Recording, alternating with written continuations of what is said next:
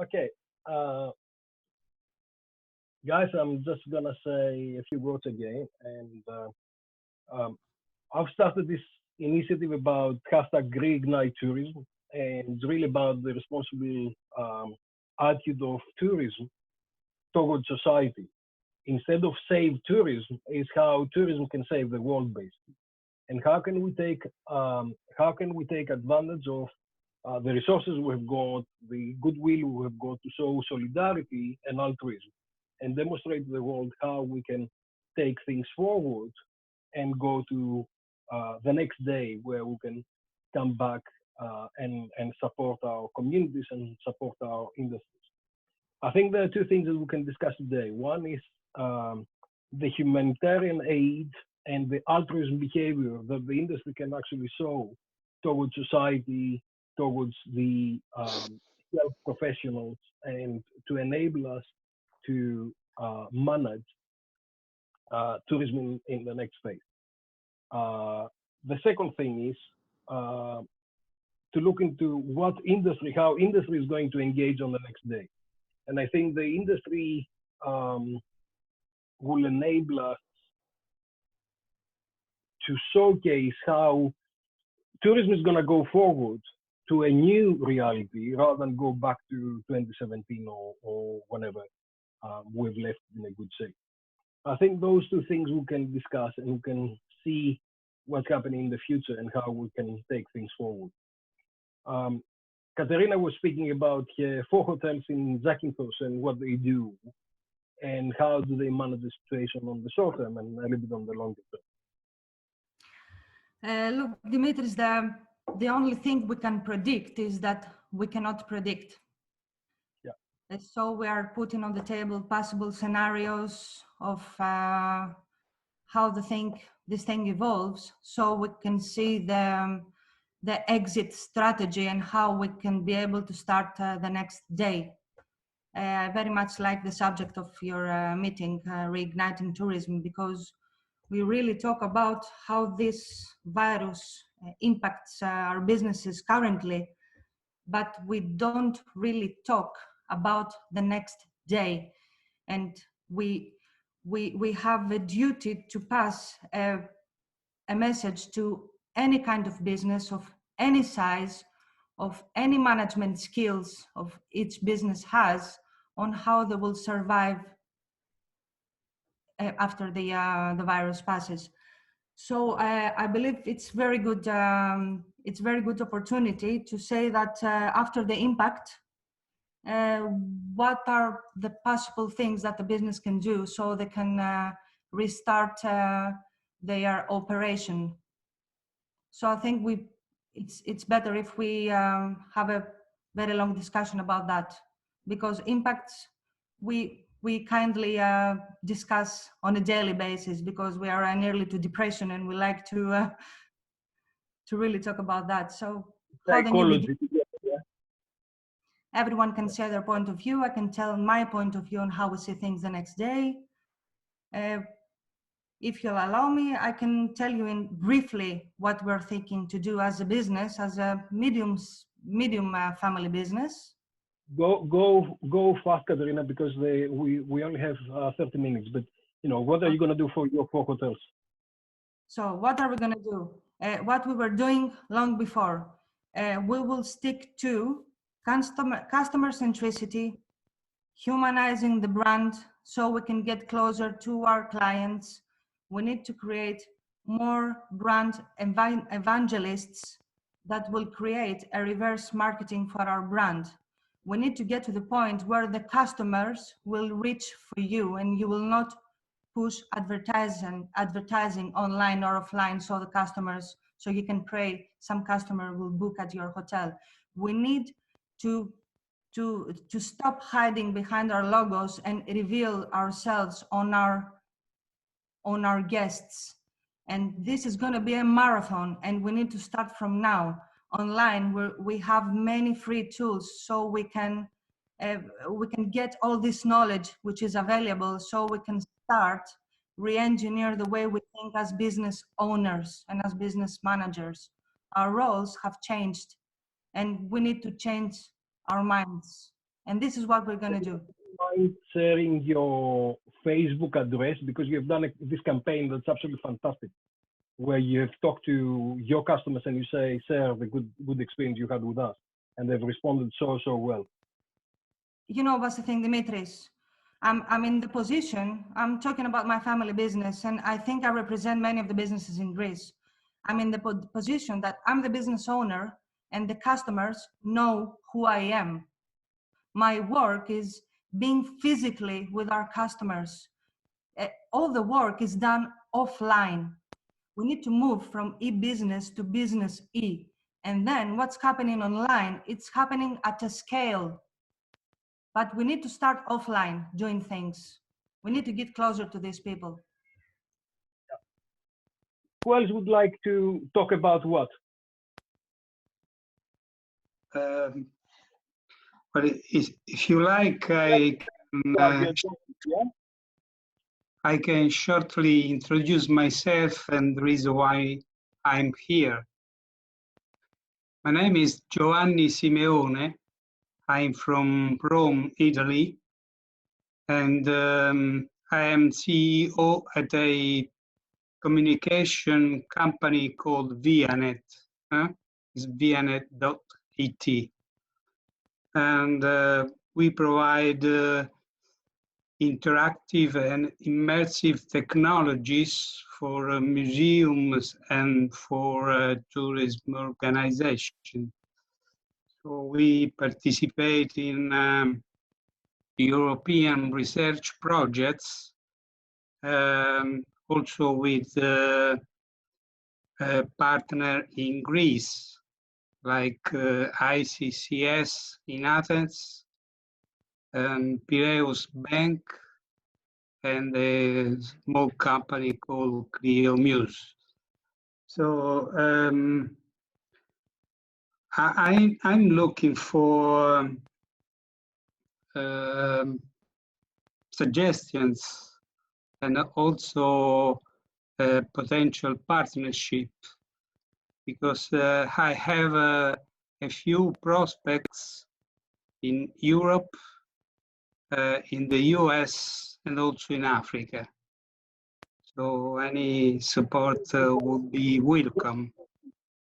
Thank you. Joseph, is to be, how can we create some experience and using technology to actually communicate with our customers and make sure that we engage with our customers? First of all, showcasing our sympathy for what they face, and we all feel for Italy and the 20,000 people who have died in Italy in this catastrophe, and everybody around the world. And we really need to somehow engage with people to say, look, we sympathize, we are in this together, and hopefully we'll be able to go out and meet again and enjoy life together very, very soon.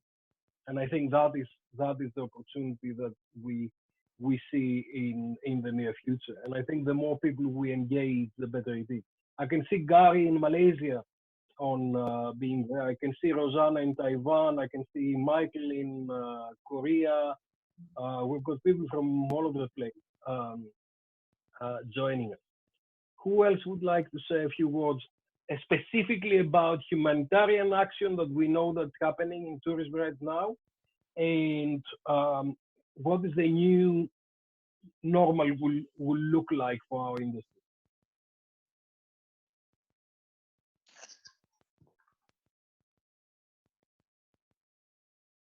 Gary, I can see you smiling, Gary.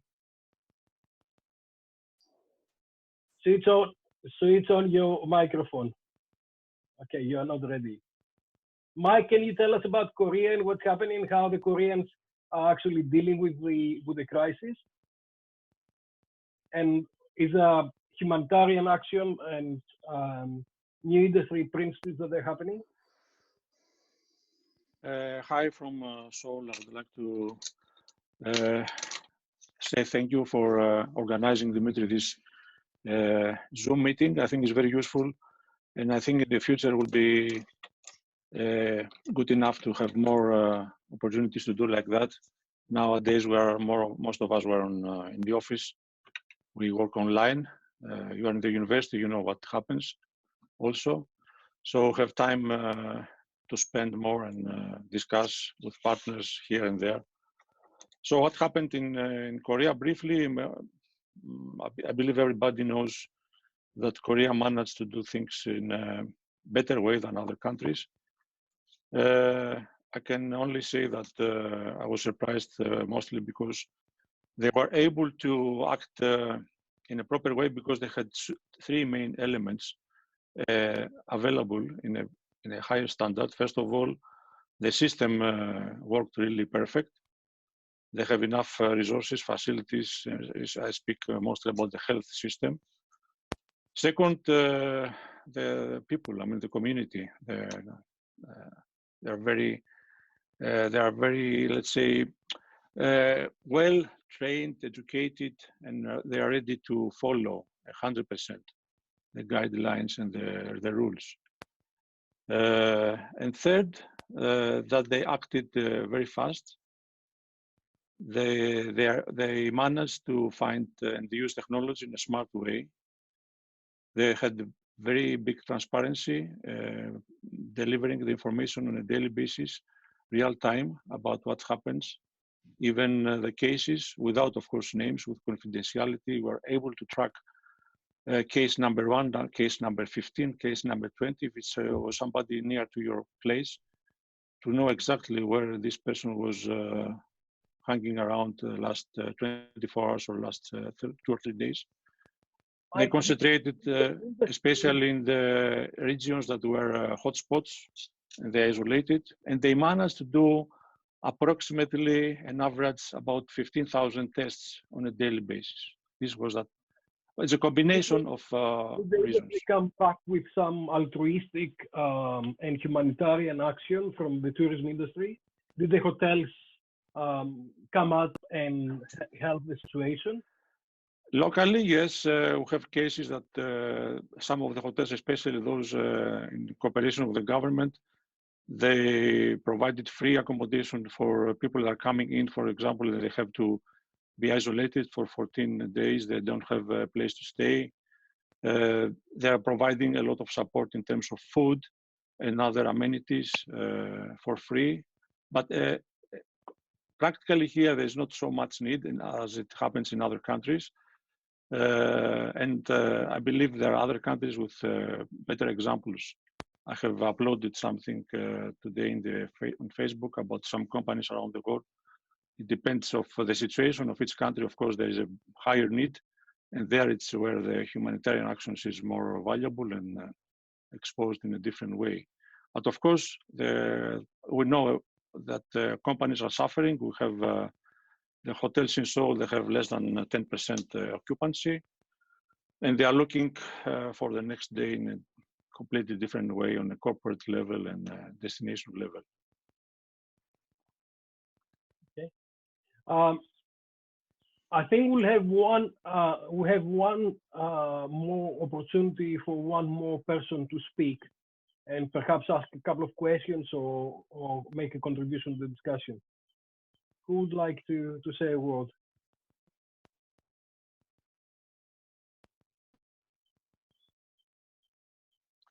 Professor, my name is Raquel. I'm from Portugal. From where? Portugal. Portugal. Portugal. Oh. PhD student with Professor Kyros. Oh, very good. And I have a question. Here in Portugal, some hotels are really stepping up and they are providing accommodation for health professionals because they kept their home for their children and their family, and they're staying in hotels. They're also providing food, and some hotels also have an agreement with the municipalities to accommodate elderly people from the homes because it's a big issue here. And they're doing this without any expectancy of payback. But how can they? I hope they can get some recognition for this. How can that be done? Yes, we started. That's wonderful. Some of the hotels around the world have been doing that, supporting the tourism industry. on how and the community, and especially the medical profession, to be able to do that. We started with a good friend called Kyros. We started the 360. I'm just trying to find the exact word. 360 tourism solidarity on the internet, on Facebook. So we can actually recognize these businesses, because we really want to go back to those businesses and support them afterwards, because they've supported the community, they've supported the world, and I think they deserve our custom later on. Yes. Kyros in Greece just announced that they are going to provide a number of cars, something like 200 cars, to the state to help with transportation. There are a lot of companies. Hilton has announced that as well. And the more we see of that happening, the more other people will actually imitate them, and the better it will be. I'm just a little bit stressed that Zoom is not going to allow us to go more than 40 minutes. So what I'm suggesting to do is to close this meeting and open another meeting in 2 minutes, so you can rejoin using exactly the same thing. Okay, so we can go for another half an hour in our conversation. Okay. Okay. So see you in 2 minutes.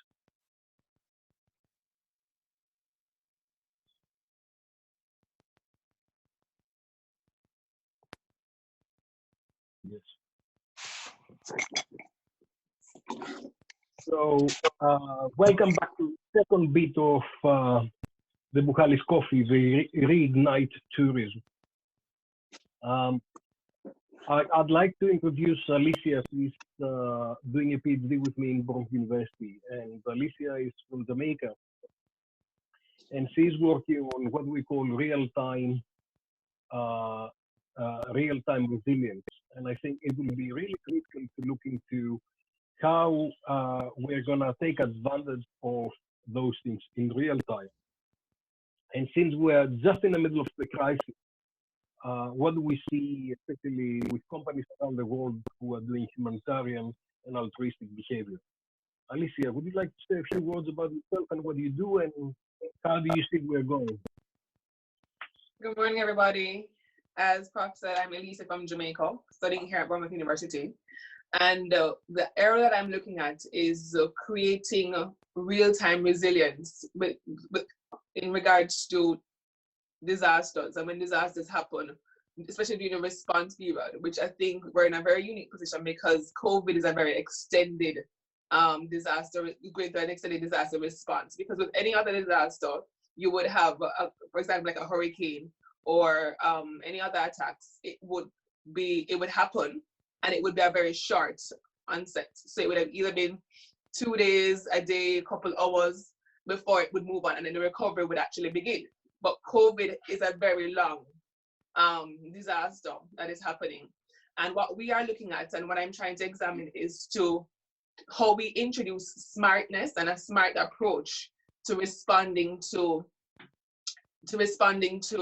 when disasters happen like this. And so when we talk about smart, we're looking at, for example, not only the technology aspect of things, because many persons think of smartness as technology, but we're looking at the entirety of how we look at smart governance, how we look at smart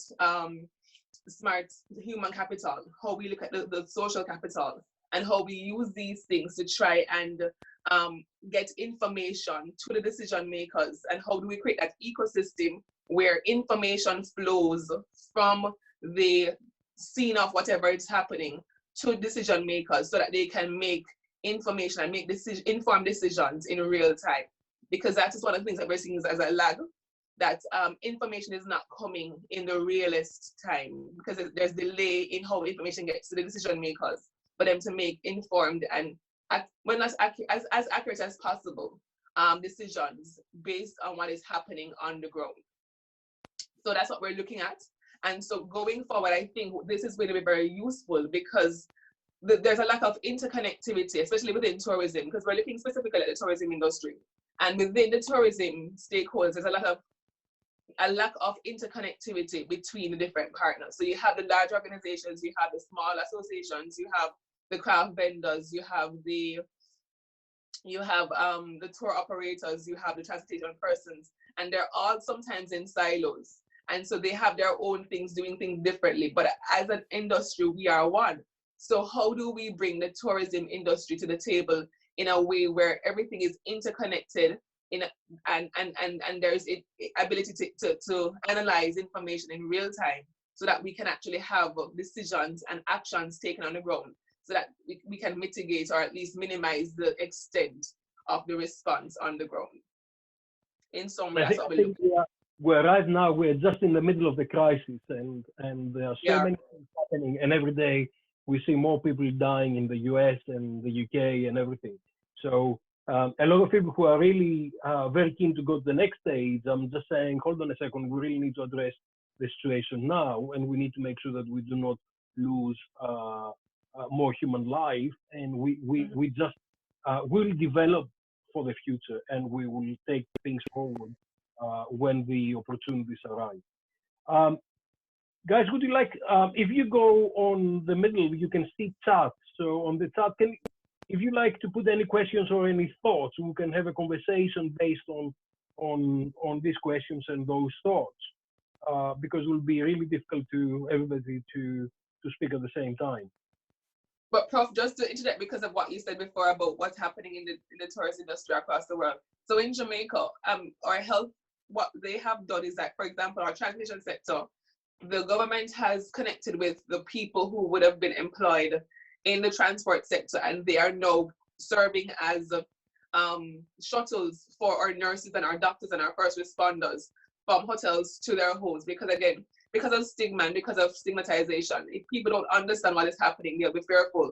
So the taxi drivers somewhat are a little bit scared. So because they're not fully informed, because they're not getting information, they are not picking up the nurses. So again, the government, along with the Tourism Association, has come together, and they've repurposed the shuttles and the transfer buses and the cars that would take persons, and they are now using that to deploy that to different hospitals. So we have Juta, which is one of our buses. We have Budget or Enterprise. Some of our car companies are doing the same thing and giving buses to the different regions of hospitals and to the clinics. And we're also having, as you said, hotels are coming on board and giving spaces as well. They are giving care packages, because what we have in Jamaica is that we are having quarantines of communities. So some communities where we find the spread, they are having quarantine. And so the hotels are coming to give care packages. So they've prepared meals and they're serving whether the public health workers in the space as well as the people. So as you said, I think somebody had asked, how do we actually get people to support these hotels? I think generally people are going to be looking. The people are looking for information, they're looking at what's happening, and they're recognizing that these people you're seeing the heart and the soul of the company. And I think in this time, that's what is very important, that we are seeing that you're not, as I think Katerina had said, the humanization of these industries and these brands. So you're seeing the heart and the soul, and I mean a brand is usually just that image, but again, the culture behind that brand, you're seeing that the people who are leading the brand are thinking a particular way, and that they're actually human. And that coming across makes you think that, hey, I can connect with that, because in my time of need, you sit in and help me. So let me support you however I can. So I think that conversation is actually going to be happening in short order. Absolutely. I think, Elecia, there are two things. One is Jamaica is fairly well prepared because of the hurricanes. And because of the hurricanes, I was speaking to some colleagues in different parts in the Caribbean and the US, and they said, look, we are used to self-isolate and go in and take cover because we have got hurricanes coming every year. So in a way, the system is a little bit prepared for a few days of what we are facing. I don't think anybody is prepared for that kind of period, number one. And I think the second thing that people need to know is that a lot of airline crew, which is not working currently, have been deployed in what is called the Nightingale hospitals in the UK. Especially airline crew is prepared for first aid, and they are trained to help medical professionals to actually support them on hospitals on different tasks. So there are three questions I can see. Roy is asking, when do you think we're going to be traveling again? Having the experience of British Airways have just furloughed about 36,000 people, and most of the planes are currently parked in Bournemouth Airport. I can see that it's not going to happen sometime very soon. I have a feeling that airlines are gonna start trying to fly again sometime in June. We see Emirates and Qatar and some of the other carriers, they are negotiating different deals to start flying, especially flying medical equipment from China to Europe primarily.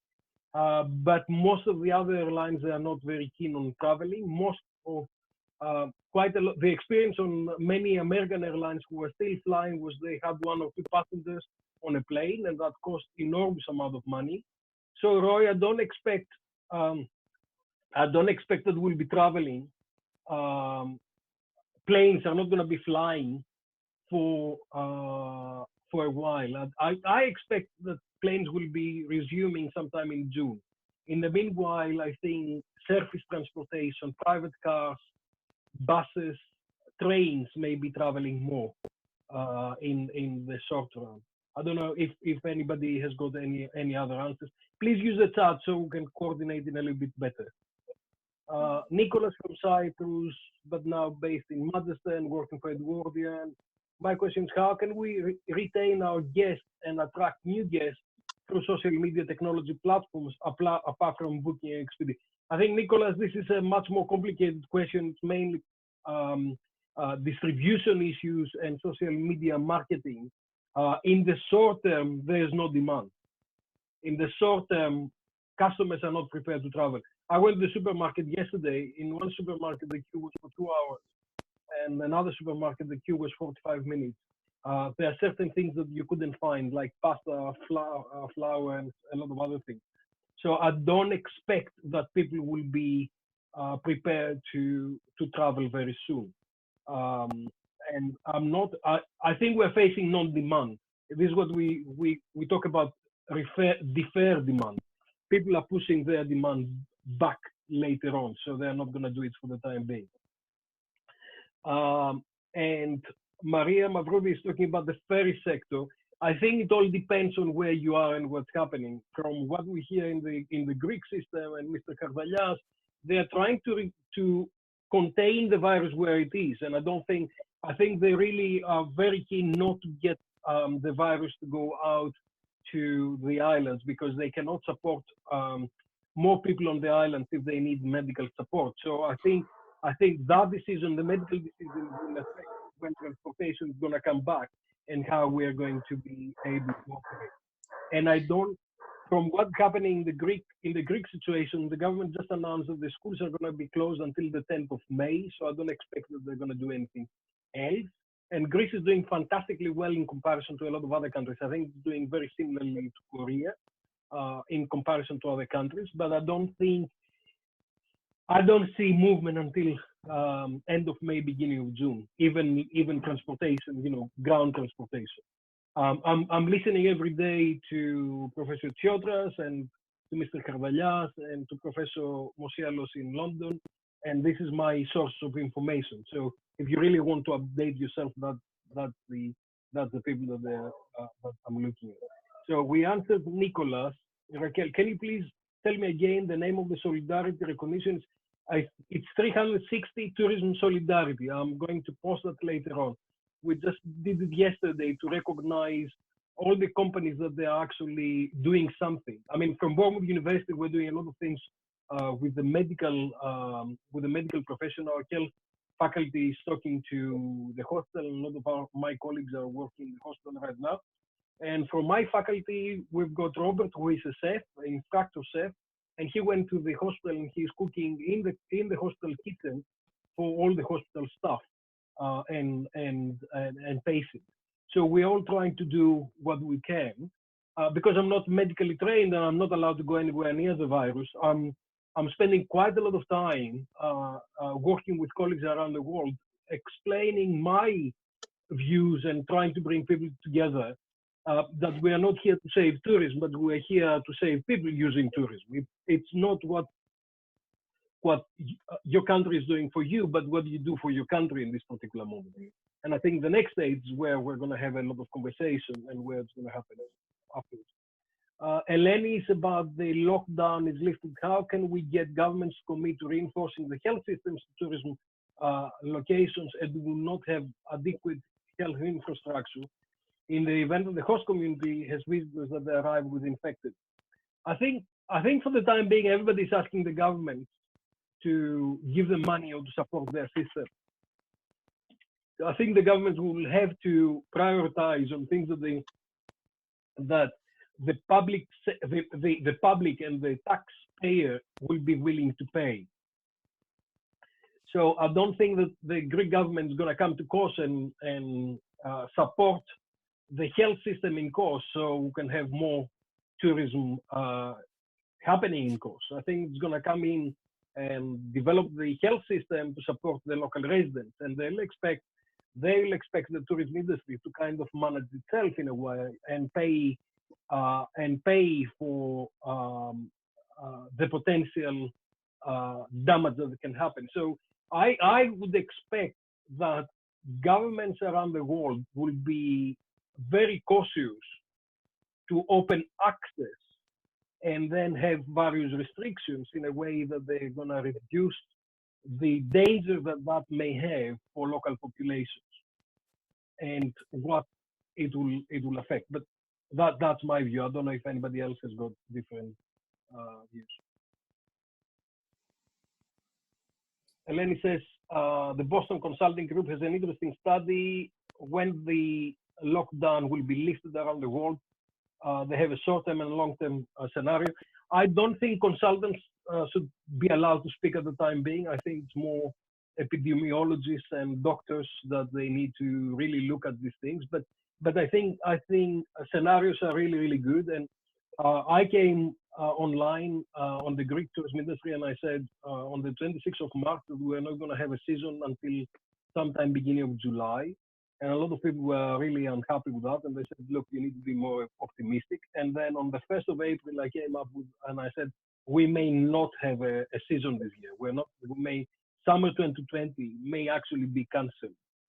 And this is a very distinct possibility. And the reason why I did that is I want people who could deal with reality, because there are a lot of people who live on a la-la land, to really look into what's happening and prepare for that scenario. So if you have got to go on this scenario, there are 2 or 3 things that you need to do. And one is to look after people, first yourself and your loved ones. Then you really need to look after your employees. You really need to look after your community. You really need to look after your staff, and you really need to look after your customers. And then the next thing, you really need to look after your liquidity and talk to the banks and make sure that the banks are happy with your liquidity. And you need to demonstrate humanity, solidarity, resilience, and leadership. Leadership will be really, really critical. And I keep referring to Captain Sully, who managed to get the plane on the water in 210 seconds. And I think in the tourism industry, we've got something like a month and a half. So Captain Sully managed to land or water the plane on Hudson River in New York some years back. And I think he is giving me the inspiration and the leadership that we require, because it's that kind of thing. So Maria says, do you feel travelers will be looking more for smaller travel, more boutique services, small groups, individual outdoor activities? Yes, more social isolation. Having said that, the cost of this is much more. So there's a trade-off between mass tourism, and I don't believe that mass tourism is going to go away. I think mass tourism is here to stay, because it actually gives value to people who will not be able to pay 5,000 euros to do a boutique travel and have an individual experience. How many of you would you pay 5,000 euros to go on a week's holiday? Because that may be required if you want the small boutique luxury kind of thing. And how many of you will be able to pay 1,000 euros to go on a week's holiday? And I think mass tourism will be critical on that. Maria? If I may add, one sector that hasn't been really affected and is booming at the time is luxury yachting. And I speak with people from that industry, and they say that we keep having inquiries. People want to book, and you know, we haven't been affected at all. And they won't be affected also from the airlines shutdown, because they're coming with their own private jets or airplanes. So they don't face a problem, but this is an extremely small percentage. But this is a type of tourism that... In the Greek state, they are prohibited to arrive in any port, so they cannot actually do it because they cannot get supplies. And you'll be aware about the 30 yachts that they have arrived recently, that they are newly bought boats that are coming from France, I think, and they were only allowed to move in Lavrion after many days of uncertainty, and nobody was allowing them to do it. The problem with yachts is that they carry people that we do not know if they've got the virus or not. So people on board may know that they are safe and they may stay safe, but if they keep moving, they may be spreading. So I think it's too early to say. But you have a point that there will be more luxury, more isolated, more people will not be traveling. Although the experience, if you look into China, the minute that China opened, then people went straight into the parks, they went straight into the tourism attractions. And what happened is they had, because people want to go out of their flats, they had more people actually arriving rather than less. So the experience of China was not that that people were isolating after the restrictions are left, but they are trying to go back to their normality. And because they're all trying to go out, it was actually worse than it was before, because all the masses went out. And I think that's going to be that will be difficult. Kyros is asking, do you feel that governments will take appropriate actions in order to reignite tourism? I think right now governments around the world are under incredible pressure to reignite all kinds of things. First of all, they are really incredible pressure to save lives, and those who have ignored what was happening, and the UK in particular, and now in Sweden, Denmark is going back to that, and Turkey is gonna face that. They're going to face huge humanitarian loss. A lot of people will die in this country. Now, who could predict that our prime minister will be for 5 days on intensive care in the UK? This is really, you know, what you don't do on crisis management. So there's a huge issue. Now, governments are keen to restart tourism because now the importance of tourism is going to shine. Until now, people don't really realize how important tourism is. But now many places will start realizing how important tourism is, and they'll try their best.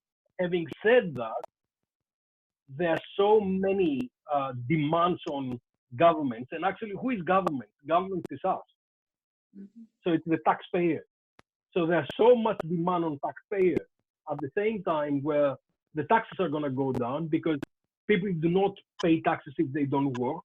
So all these people who are supposed to go out to work, you know, hairdressers, electricians, building people, and all the rest of it, that they do not. Plus the tourism taxes that we are collecting are not going to be there. So at some stage, governments will have to prioritize and see what they're going to do. And I'm not sure that tourism will be a first priority. I think education is on their need. I think a lot of different actors are going to be requiring a lot of support from government. And I'm not sure what is the government going to do? Who is going to be the first people that the governments are going to support? Sorry, Kyros. I think we're going to have a problem. Kyros, would you like to say what is the 360 tourism solidarity? Can you say exactly or write on the chat what is exactly the address? Because we're discussing about it a minute ago. Hi, sorry for being coming late. I was in another webinar. You know, it's back-to-back the webinars right now. Hi to everybody. Thank you, Dimitris. Actually, yes.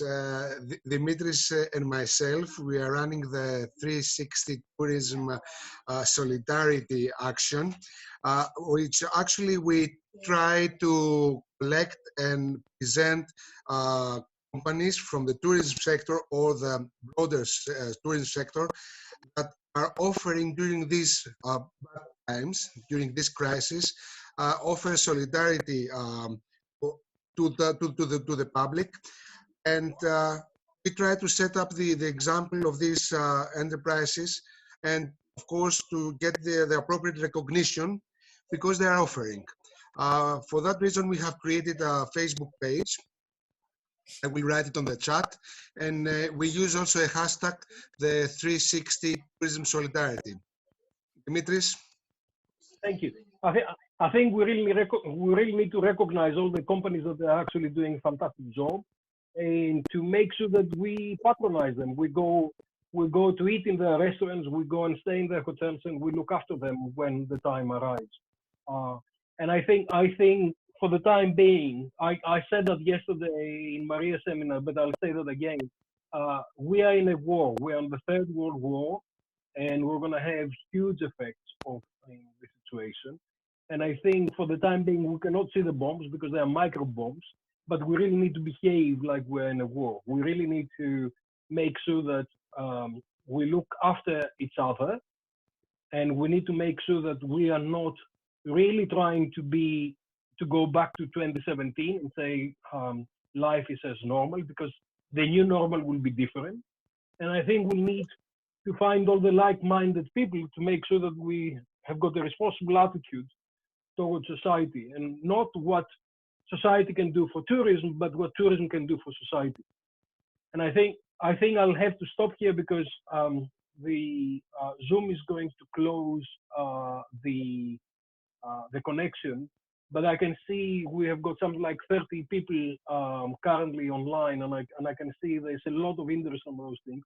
And I think I'll try to make it a regular thing, probably every Friday morning, to say good morning and have a coffee together and see what we've learned since then. And I think you may actually like to prepare for the next one. This was an experiment. We started with a really bad experience, and then I think we improved. But I think if people start thinking about that, what can we do for society rather than what society can do for us? And we've been discussing with Kyros a lot about, it's not about save tourism, but it's really save society using tourism. And that's a mindset. And most of the tourism enterprises I know, they're coming to me and they say, can you bring me customers back? And I say, no, I cannot. For the time being, we cannot.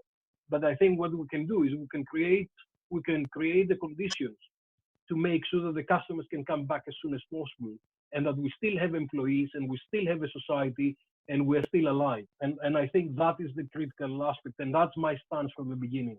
And I think that is exactly where we should be heading to. Thank you very much. For those of you who are in the Catholic Easter, happy Easter to you. For those of us who are following the Greek tradition, will be next week. It will be a different Easter, but never mind. Stay safe, guys, and do some good to your own communities. Go out and tell some good things to people, and make sure that you look after yourselves, you look after your loved ones, you look after your communities, your customers, and your employees. And I think that is what we can do for the time being. Thank you very much. Have fun. See you later.